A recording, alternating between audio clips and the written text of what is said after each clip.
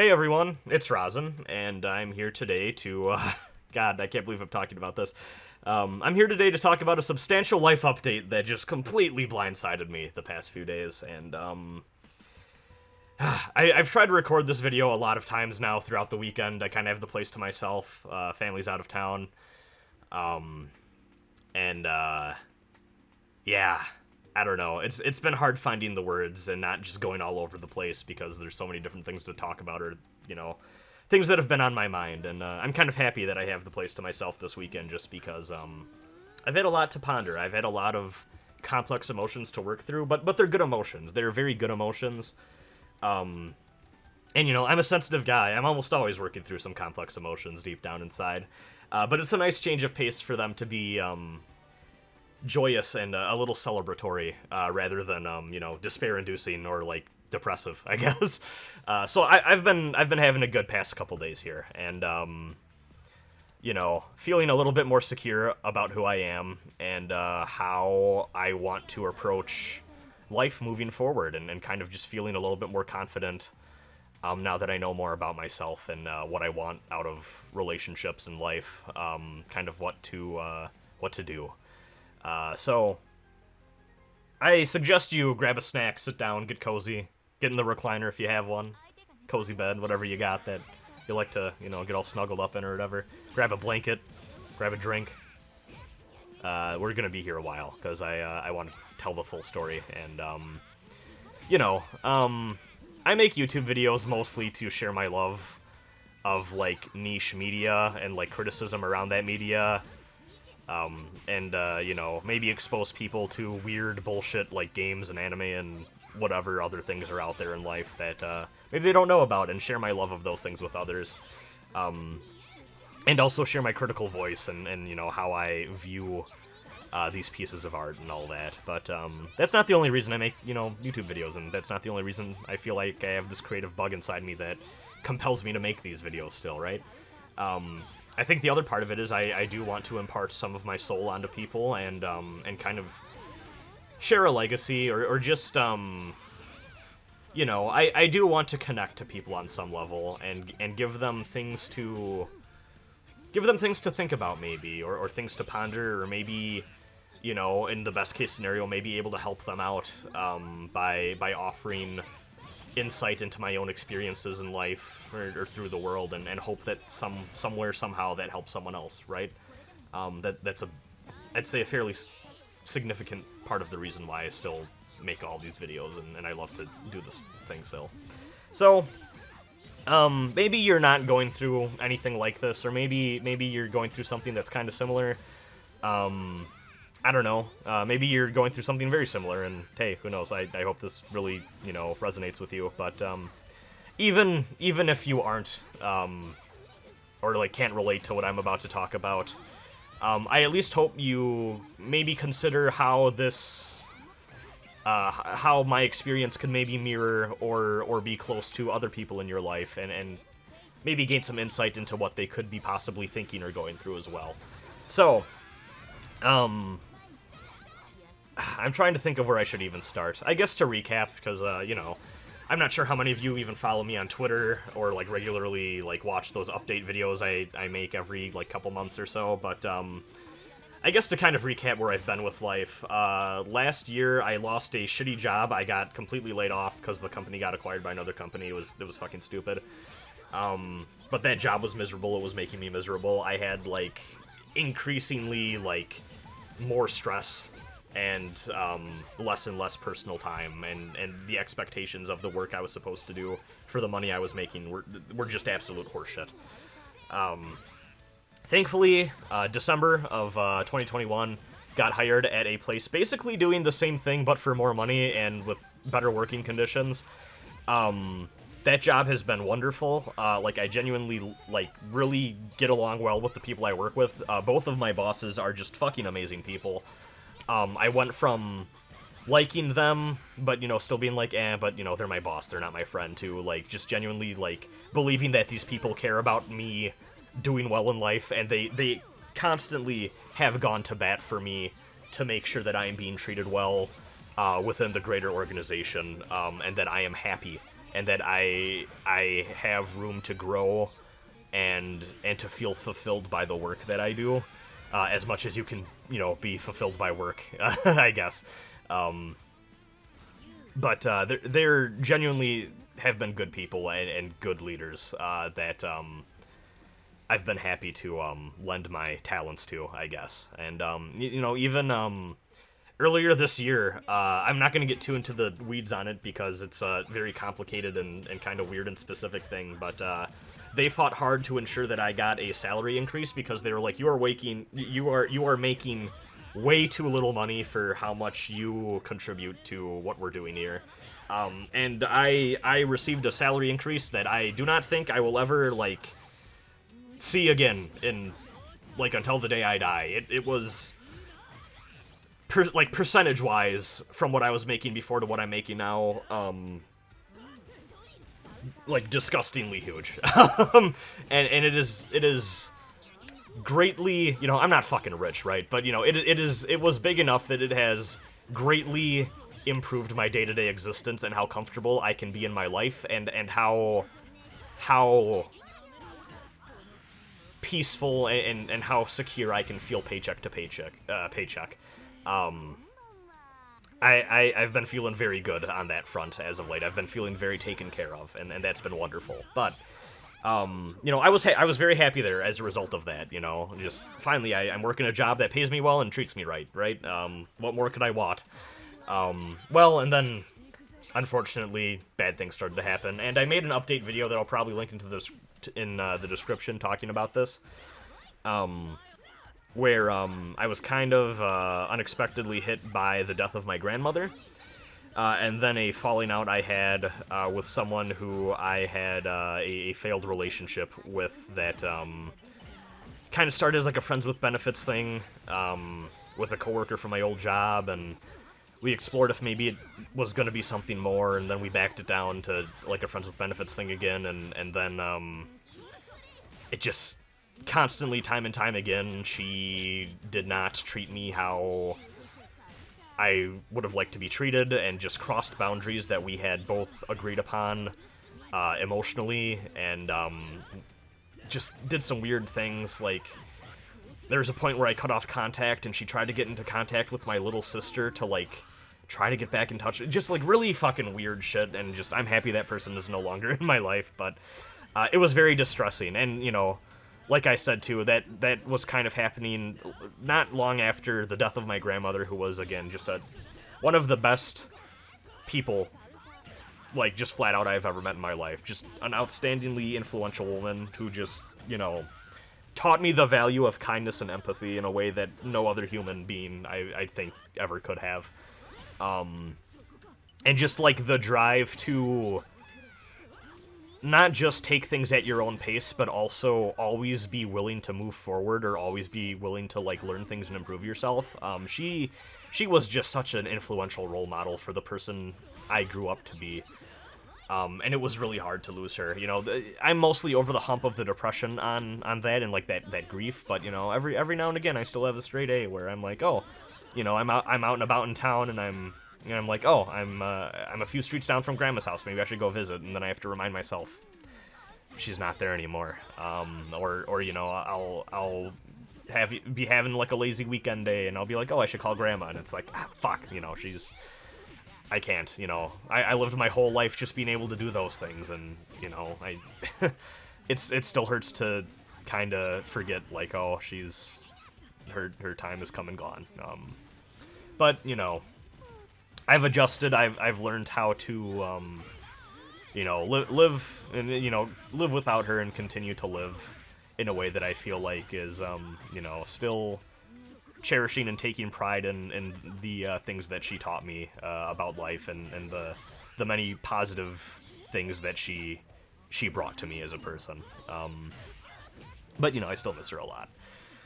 But yeah, between those two situations, I was feeling pretty bad. And then just on top of that, there was other, life things that just were, I don't know, just not feeling, I just wasn't feeling great about a lot of, random insecurities that I probably won't get into here.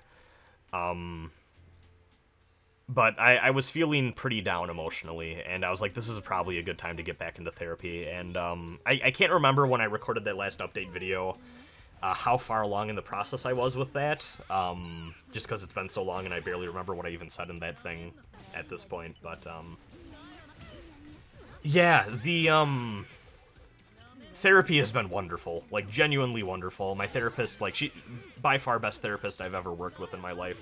She just fucking gets it. I think she understands me and kind of what I do and who I am in a way that no one else ever really has. She's very in tune with, like, the whole, like, online culture side of my life thing, right? Like, she reads my Twitter, she watches my Elden Ring Let's Play, and encourages me to approach YouTube in a way that is both productive and maybe a little more structured, and you know, you're gonna laugh because I'm sure there's a lot of you that are like, oh, where's the SMT2 playthrough? Where's the Drakengard 2 playthrough? But trust me when I say that she has helped me find a better way to manage my time and maybe bring more structure to my creative process in terms of making videos than I ever really could have imagined me having. While also still balancing it with my social life, my personal life, my responsibilities in a way that I can both make YouTube videos but also live my life in a way that is healthy and you know, I'm not taking away, or I'm not putting too much of my time into something that is, you know, ostensibly this is just a hobby for me, right? You know, it's a little side gig that I like to do a lot, and I find a lot of, you know, joy in doing, and it's a creative outlet, but it's, you know, there are other things in life that I also need to spend my time on, and she's done a good job of making sure that I make videos, but I also don't sacrifice or ignore other aspects of my life in my desire to be creative and make things that people can enjoy. So, I guess speaking of therapy then and how that's gone, part of that process has been me working with her to take a look at a lot of the different relationships I've had in my life. And why they've gone south, and why, in a lot of cases, they ended with me feeling betrayed or hurt. Because the thing that I struggled with a lot in my life is I would go fairly quickly from relationship to relationship after one would end, and get close to people very fast. And in a lot of cases, they would end because someone would do something fairly fucked up or hurt me in some way. Felt very, very, I guess, just nervous and vulnerable about the whole process of getting close to someone, falling in love, dating, all that stuff or whatever, just because it's like, I don't know what it is, but I feel like there's something about me that just draws these people that are bad people, and like, I almost started to wonder, like, is it because I'm also a bad person? And, you know, I got way too in my head about it. And kind of the process that went from there is that, you know, I'm a very emotional and sensitive guy, and I open up to people who earn my trust very fast. And the reality is, people who are manipulative, whether they even know it or not, tend to be drawn to people like that because there is a lot that they can gain psychologically from being close to people or getting close to someone like that, right? Or people who are narcissistic, who need that validation from someone like me who is maybe all too eager to put people on a pedestal if I like them and make them feel good. And there was a lot of conversations I had with her regarding maybe I need to be better about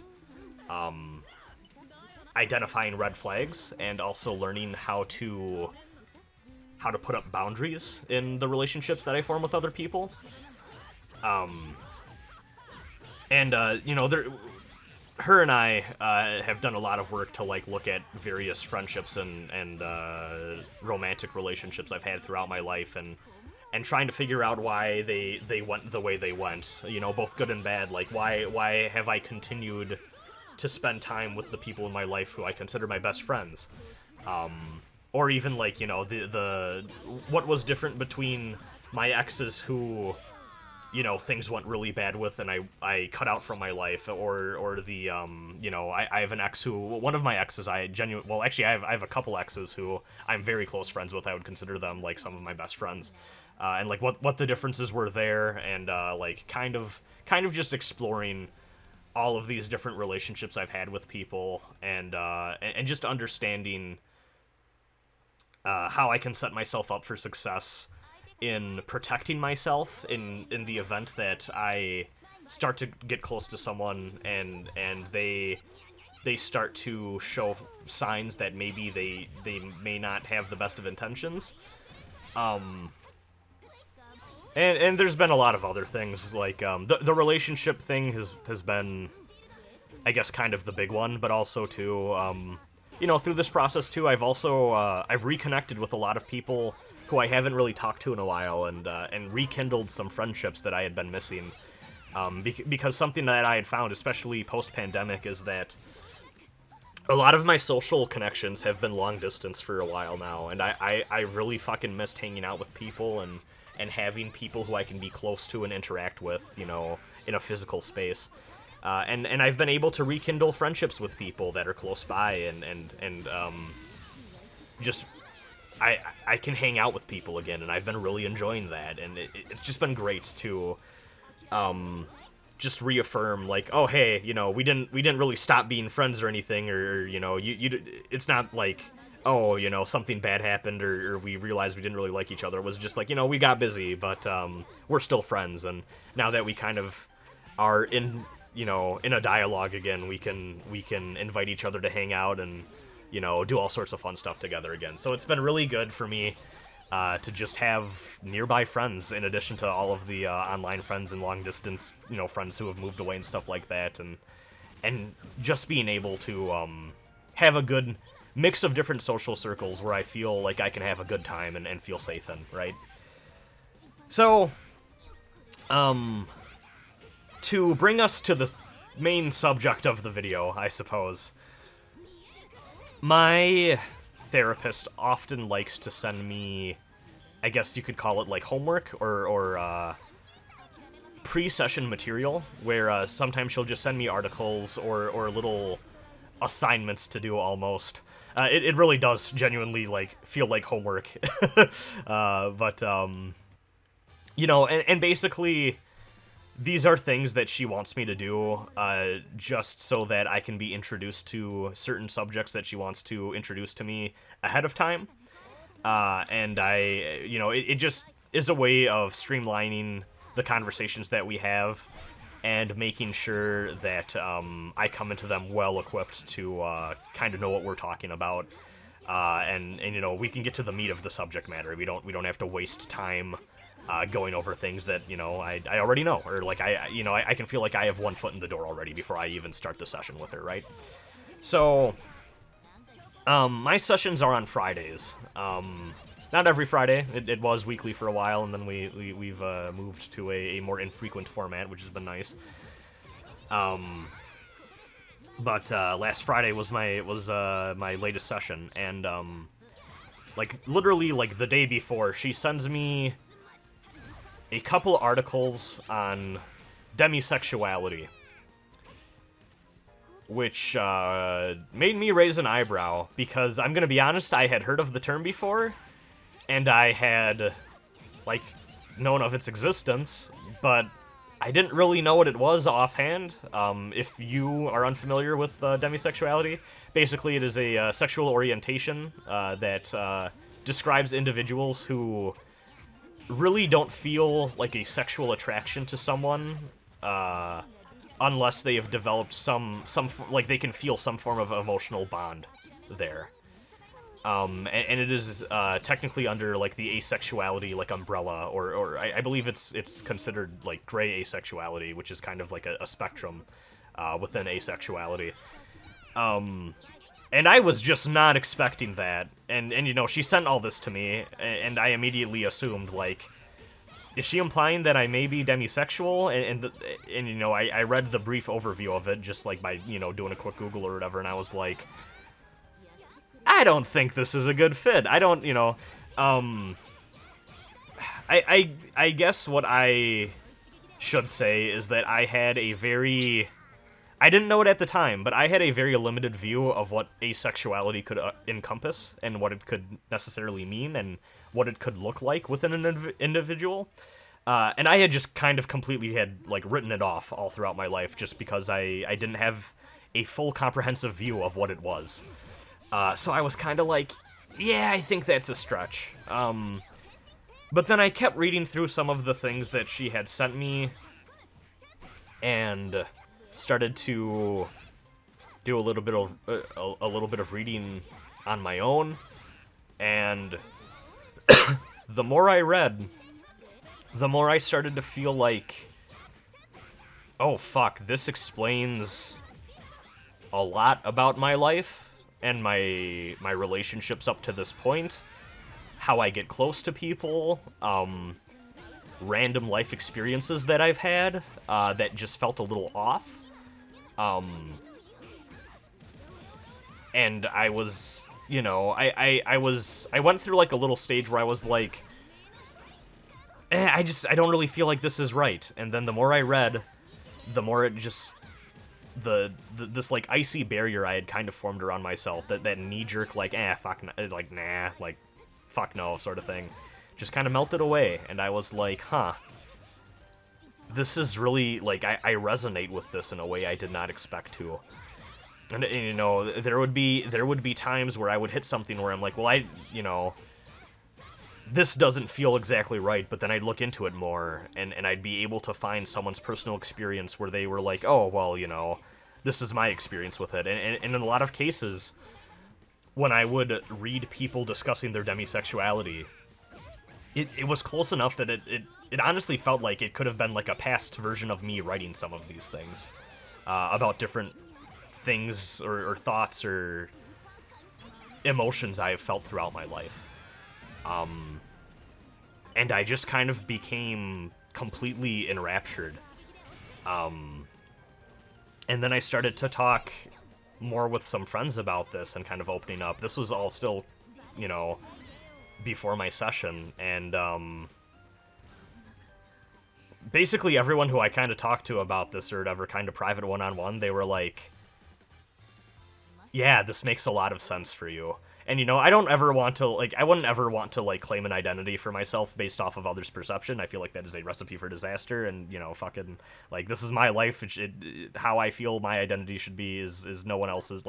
No one can make that call for me. But it did feel very nice being able to kind of make that step forward and say, I feel like maybe this is a term that describes me. And then have people in my life say, yeah, this makes a lot of sense with what I know of you and your personality and how, how I've come to know you as a person. It felt very good. It felt very, very good. And I spoke with my therapist about it when we had our session. We basically just spent the entire time talking about this, even though there's other stuff I kind of wanted to talk about and get into. But,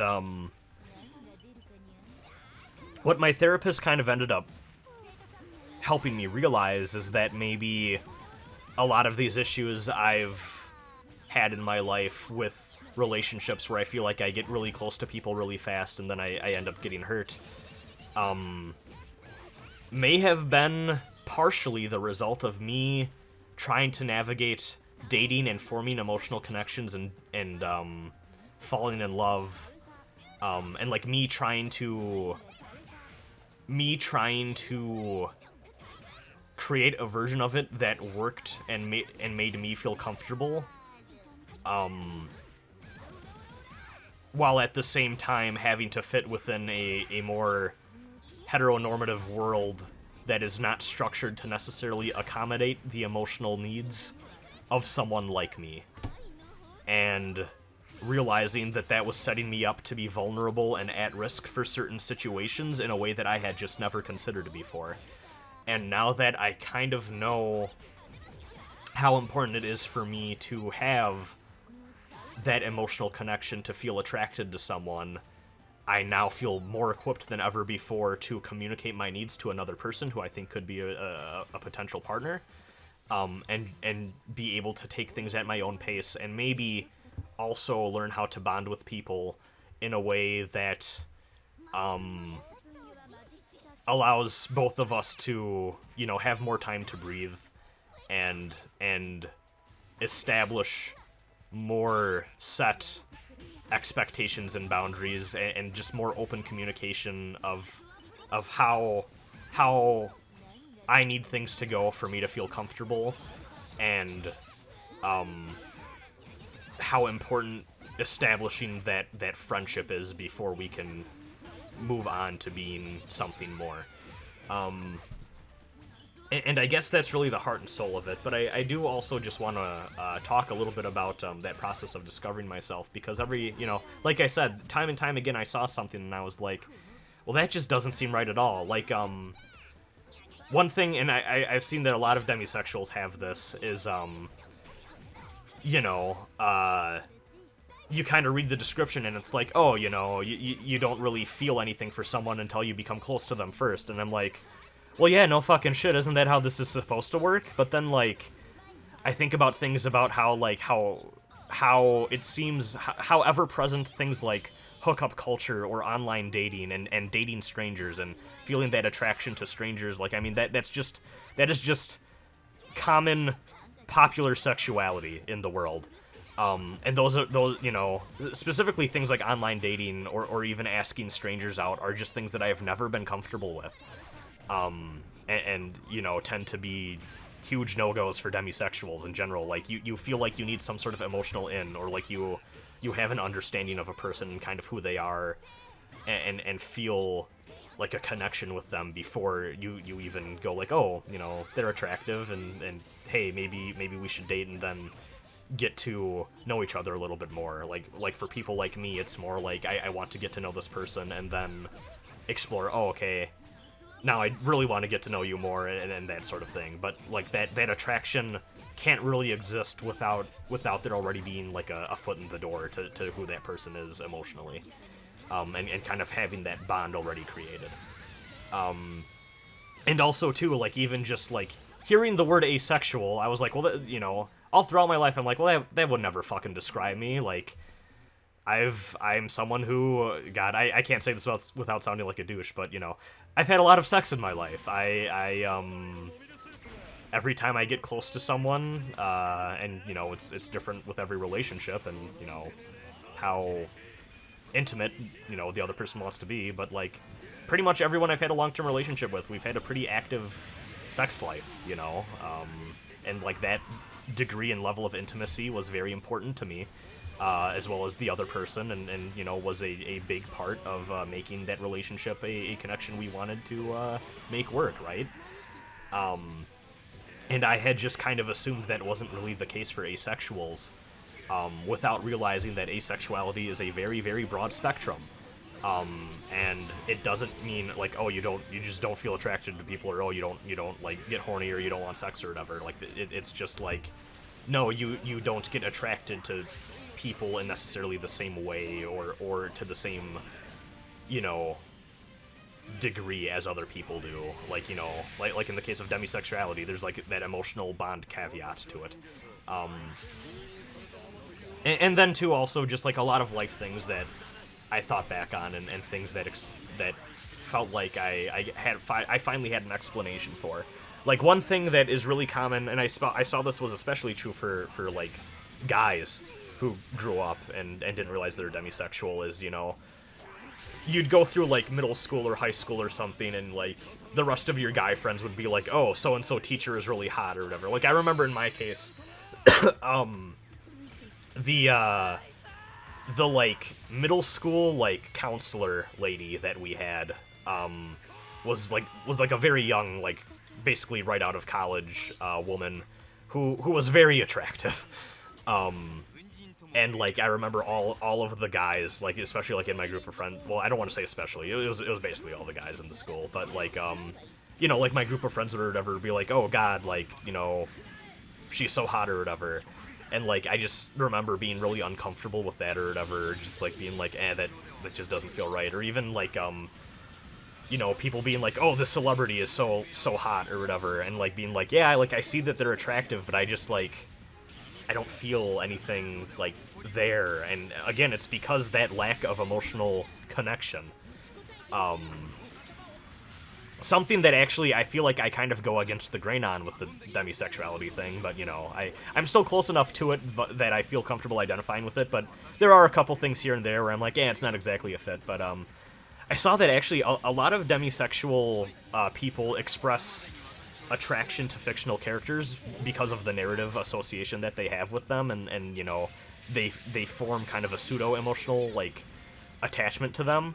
But for me, I actually feel like the way that I've expressed my demisexuality has explained actually why I don't feel attraction to fictional characters.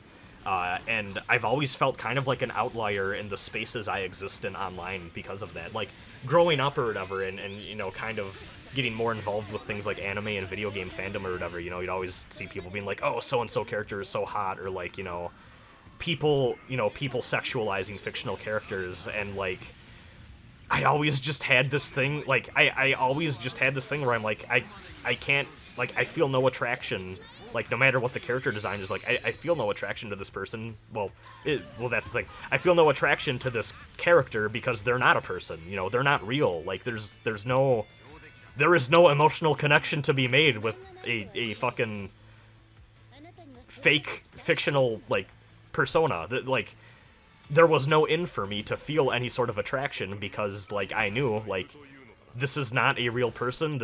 There was just no appeal to me.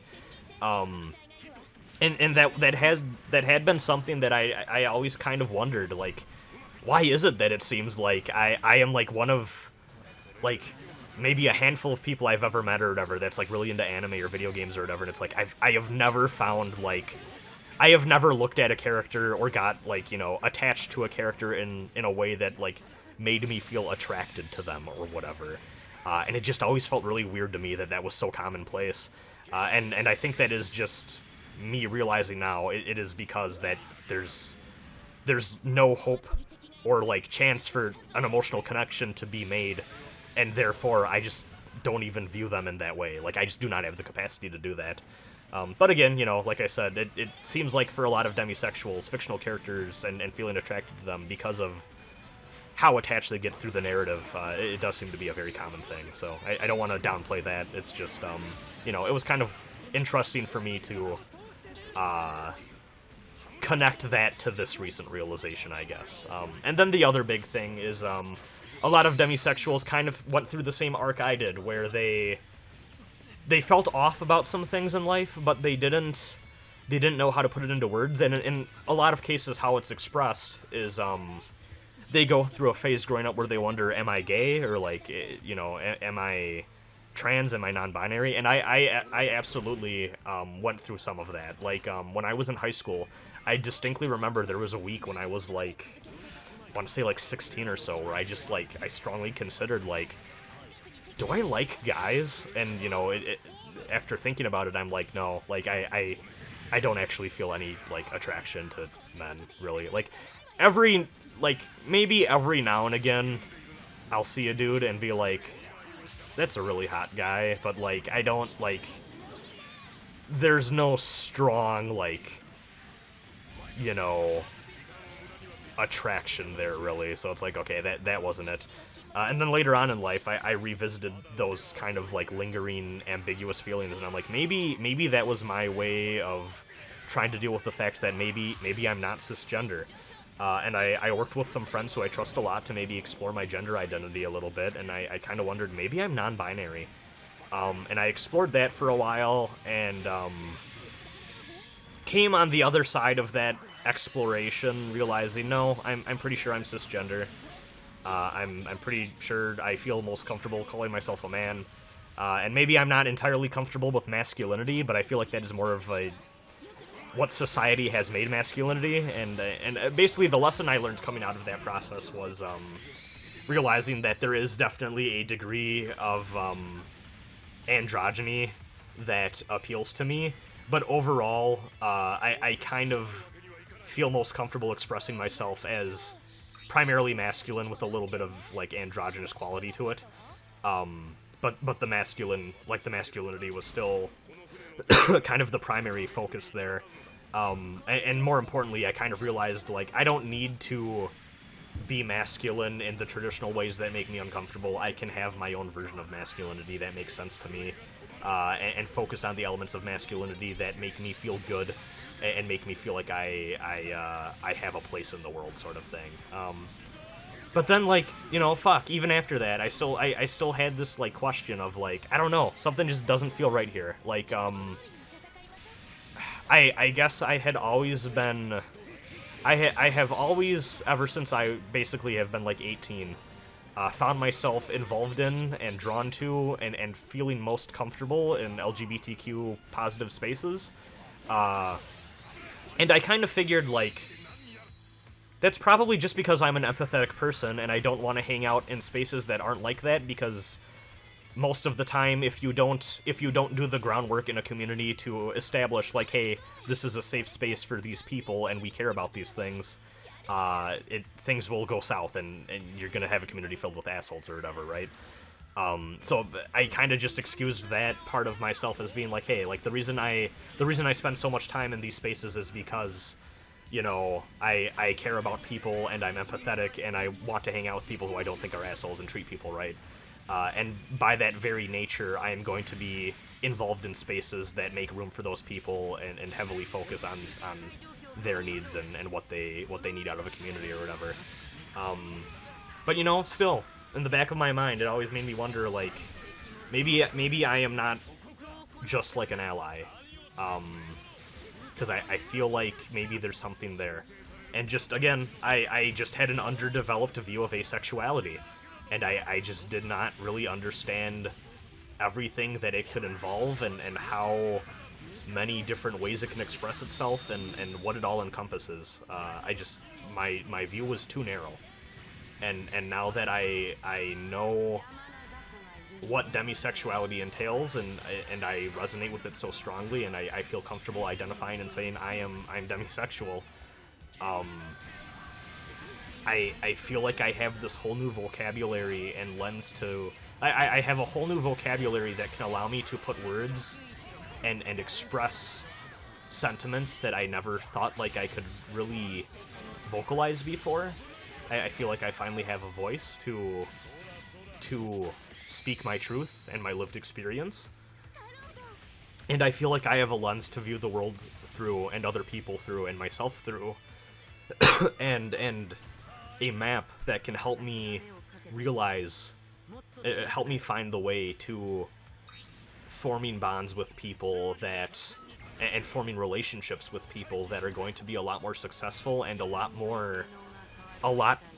closer to what I need things to be, to make sure that I am doing right by my heart, while also taking the time to ensure that I'm working with the other person that I feel something towards, and making sure that they have everything that they have everything that they need to have on their end, so that we're setting ourselves up for success and we can work through this thing and properly fall in love while making sure that everyone is being emotionally accounted for and their needs are being met.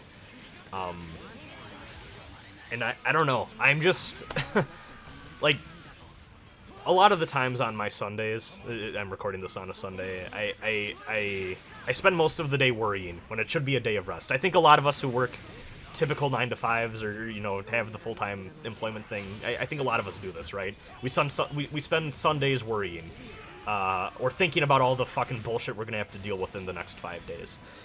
And I've been spending the Sunday morning just so excited, so fucking excited that I finally just know who I am, and I finally just can fucking live my life, and it just feels great. It just feels so fucking great.